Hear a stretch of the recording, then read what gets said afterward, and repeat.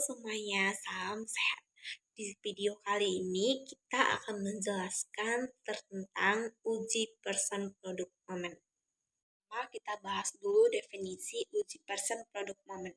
Uji person product moment merupakan salah satu dari berbagai jenis uji korelasi yang digunakan untuk mengetahui derajat keeratan hubungan rasio untuk nilai dan koefisien korelasi person berkisar antara -1 sampai dengan +1 atau 1, di mana semakin rendahnya hubungan antara kedua variabel, sedangkan semakin mendekati 1, makin kuat hubungannya antara variabel tersebut. Kita ke perhitungan uji person product moment.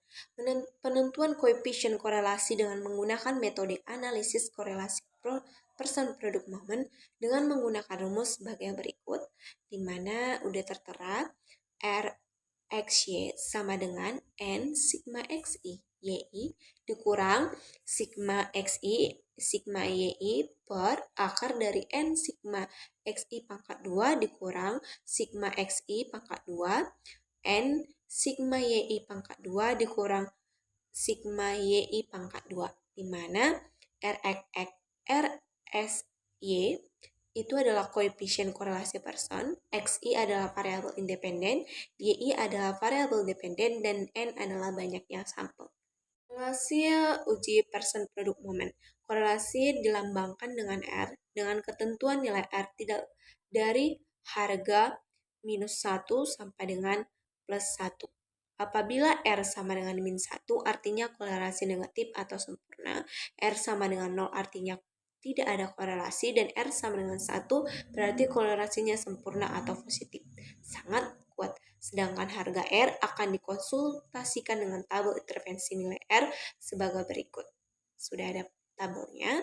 Sedangkan untuk menyatakan besar kecilnya suatu sumbu variabel X dan Y dapat ditentukan dengan rumus koefisien determinan sebagai berikut, di mana KP sama dengan R pangkat 2 dikali 100%.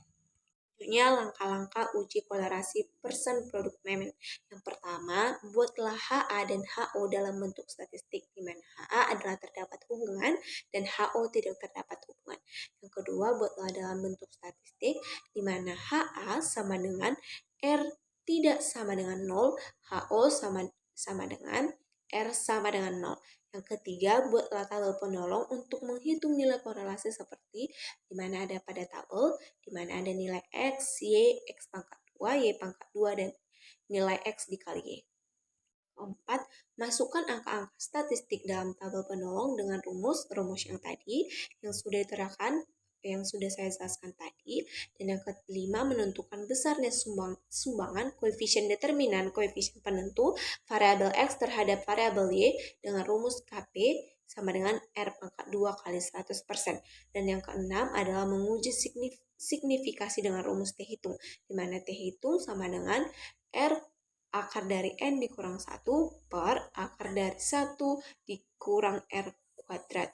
Di mana kaidah pengujiannya itu adalah jika T hitung lebih besar dari T tabel maka signifikan. Dan yang kedua, jika T hitung lebih kecil dari T tabel maka tidak signifikan. Dan yang ketujuh, interpretasi berdasarkan nilai R tabel. Ketentuan tingkat kesalahan A sama dengan 0,05. Derajat kebebasannya adalah DB sama dengan N dikurang 2. Dan yang ke-8 adalah kesimpulan. Analisis menggunakan SPSS. Langkah pertama, buka program SPSS. Langkah kedua, masuk ke variable view. Langkah ketiga, klik variable view terlebih dahulu. Isi variabel di variable view. Ada tertera gambarnya. Yang keempat, pindah ke data view. Klik data tab view di bagian bawah layar. Sekarang akan muncul dua kolom energi dan berat badan. Masukkan sesuai tabel. Kelima, jalankan uji korelasi person. Klik ke menu atas analis, kemudian korelatif dan bivariate. Akan muncul jendela bivariate korelatif. Dan keenam, pilih variabel. Pindahkan energi dan berat badan ke kotak variabel di sebelah kanan. Ketujuh, lihat hasil output. SPSS akan menampilkan jendela output viewer berisi hasil analisis. Baik, kesimpulan dari materi yang sudah kita jelaskan tadi, yaitu uji person product moment atau PPM merupakan salah satu uji statistik parametrik yang digunakan untuk mengetahui derajat kebebasan atau kekuatan hubungan antara dua variabel yang berskala interval atau rasio, serta berdistribusi normal. Uji ini menghasilkan koefisien R dengan rentang nilai antara -1 sampai dengan positif 1, di mana nilai mendekati positif 1 menunjukkan hubungan positif yang sangat kuat, mendekati -1 menunjukkan hubungan negatif yang sangat kuat, dan nilai mendekati 0 menunjukkan tidak ada hubungan. Baik, kita masuk ke soal latihan. Soal latihan yang pertama, peneliti gizi ingin mengetahui hubungan antara asupan lemak X dan massa otot Y pada 5 atlet bola. Diperoleh data ringkasannya, sigma X sama dengan 400, sigma Y sama dengan 250, sigma X pangkat 2, 32,800, sigma X Y pangkat 2 sama dengan 12.700, sigma XY sama dengan 20.500, di mana 5N sama dengan 5. Berapakah nilai RXY? A 0,25, B 0,65, C 0,89, D 0,95, E 1,00. Jawabannya adalah C 0,89.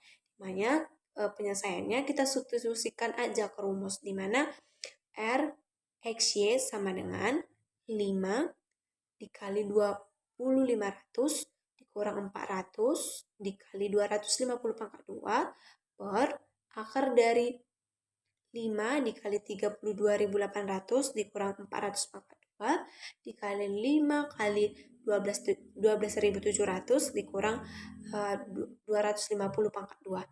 Maka didapatkan hasilnya itu adalah 0,89.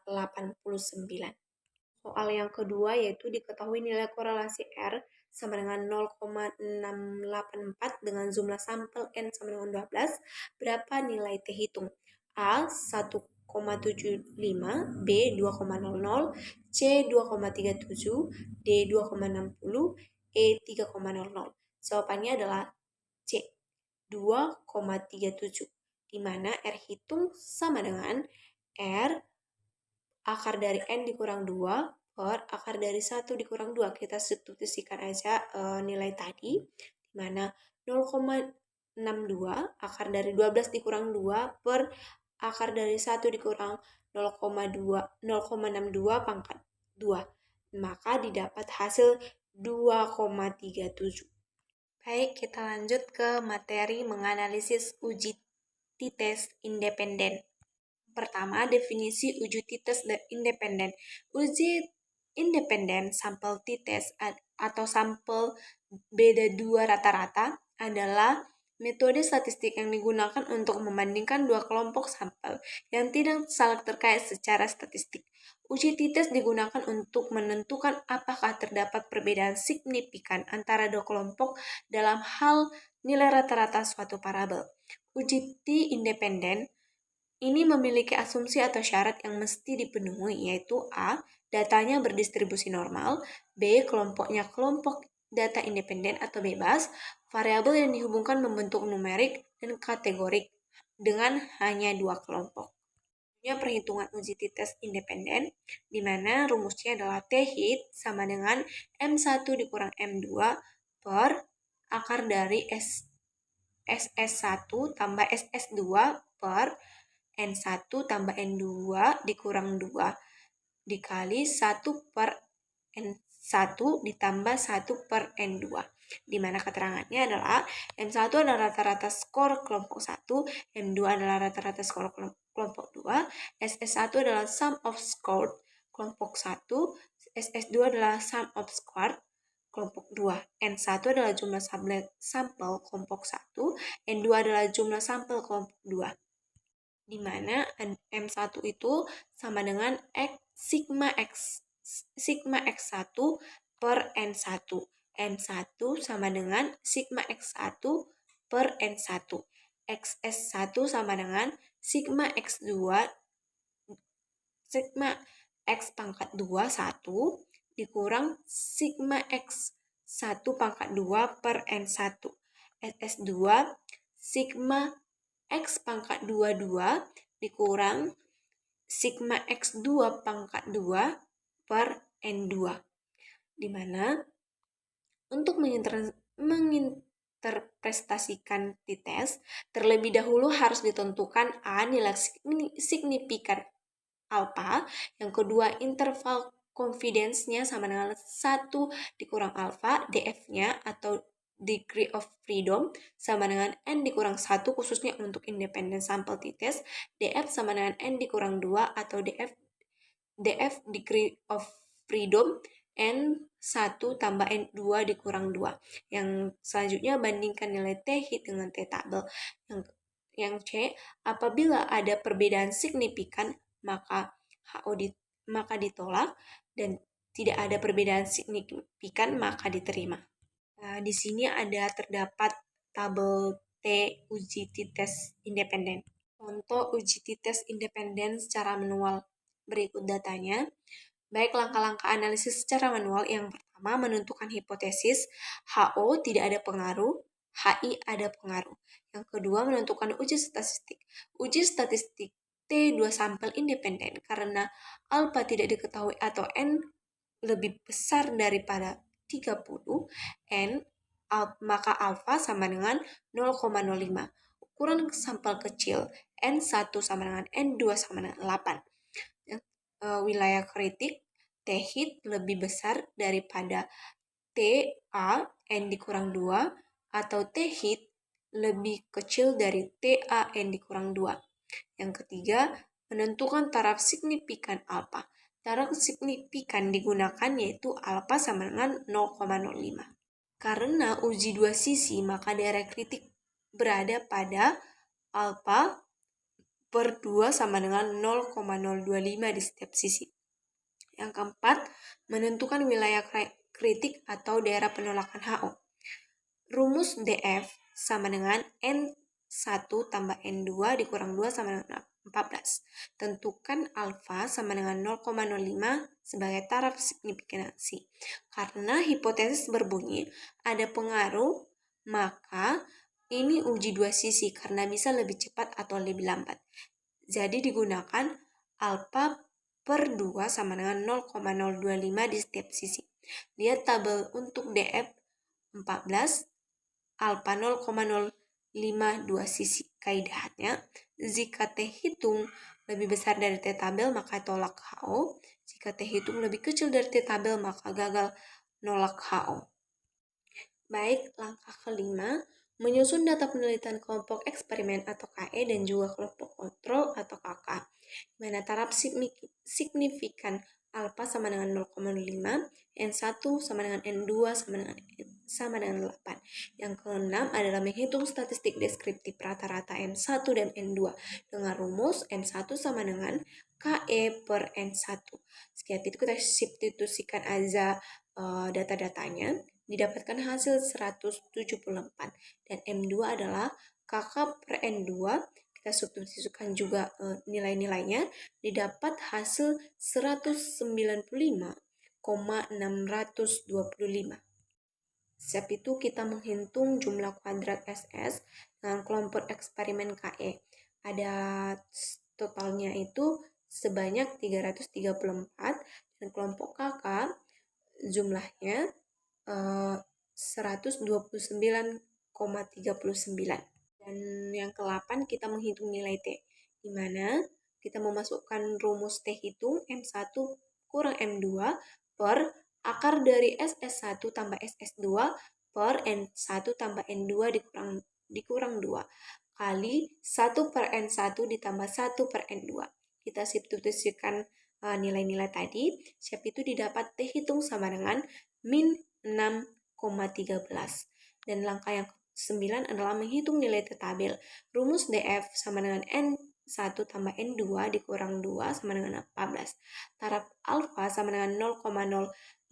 Karena hipotesis berbunyi ada pengaruh, jadi alfa sama per 2 sama dengan 0,025 di setiap sisi. Lihat tabel T untuk DF 14. Alpha sama dengan 0,05 di setiap sisi. T tabel DF adalah 2145. Dan yang ke-10 menentukan keputusan uji, D hitung sama dengan 6,13 lebih besar dari